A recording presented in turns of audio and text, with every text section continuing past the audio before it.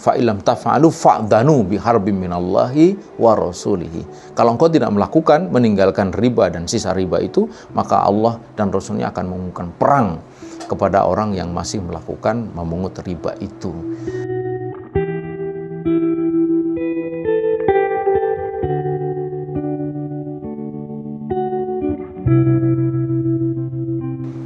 Bismillahirrahmanirrahim. Assalamualaikum warahmatullahi wabarakatuh. Pemirsa yang budiman, kehidupan modern kita saat ini, khususnya di bidang ekonomi keuangan, tidak akan pernah lepas dari apa yang disebut riba. Bunga bank adalah riba. Kullu qardin jarron nafan fahuwa riba. Setiap pinjaman yang diambil manfaat, kelebihan atau interestnya, maka dia itu adalah riba. Dan riba ini adalah satu praktek keuangan yang sesungguhnya mempunyai satu atau menjadi akar masalah yang sangat besar. Gitu. Yang pertama, secara ekonomi sudah dibuktikan oleh satu penelitian yang dilakukan oleh Ikatan Ahli Ekonomi Islam bahwa karena riba, maka dalam 100 tahun ini ekonomi dunia ini selalu mengalami krisis. Itu artinya bahwa riba itu telah membuat ekonomi dunia itu selalu di dalam kestabilan. Setidaknya setiap kurun waktu 5 tahun sekali. Sangat tergantung kepada situasi ekonomi fundamental di satu negara. Ada yang cepat tapi ada juga yang lambat. Jadi kalau kita membaca di dalam Al-Quran itu, alladzina ya'kuluna riba la yakumuna illa kama yakumul ladzi yatakhabbathu syaitanu minal mas. Itu menunjukkan bahwa memang riba itu tidak pernah membuat ekonomi itu menjadi stabil. Orang-orang yang makan riba, kata Allah, itu seperti orang-orang yang terkena tekanan penyakit jiwa. Ya. Seperti orang mabuk, itu di dalam istilah statistik itu ada namanya random walk. Jadi dia tidak pernah bisa tegak, dia selalu gontai. Ya. Nah, begitulah ekonomi yang berjalan di atas prinsip riba. Gitu. Kemudian yang kedua, bahwa riba ini juga menimbulkan atau menciptakan tatanan ekonomi yang tidak adil. Mengapa? Karena riba ini selalu berpihak kepada pemilik modal.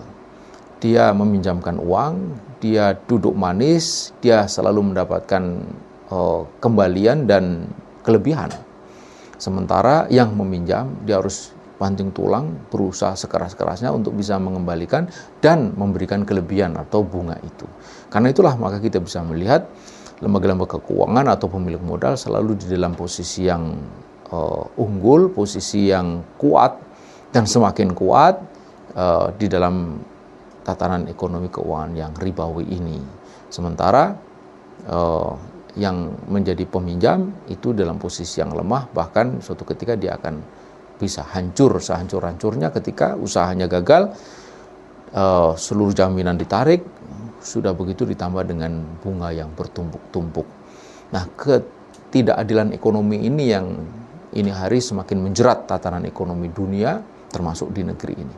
Karena itulah maka semestinya di bulan Ramadan, di mana kita didorong untuk semakin bertakwa, salah satu wujud dari takwa itu adalah kemauan keras untuk kita meninggalkan riba dalam segala bentuknya.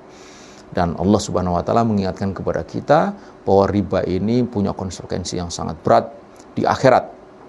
Rasul mengatakan untuk riba itu ada 99 pintu dosa. Riba tis'atun wa tis'una baban. Adnaha yang paling ringan dari sekian banyak pintu dosa itu, ka'ayati ar-rajulu bi ummihi, seperti seorang laki-laki menzinai ibunya sendiri. Zina itu dosa besar, apalagi menzinai ibunya lebih besar lagi.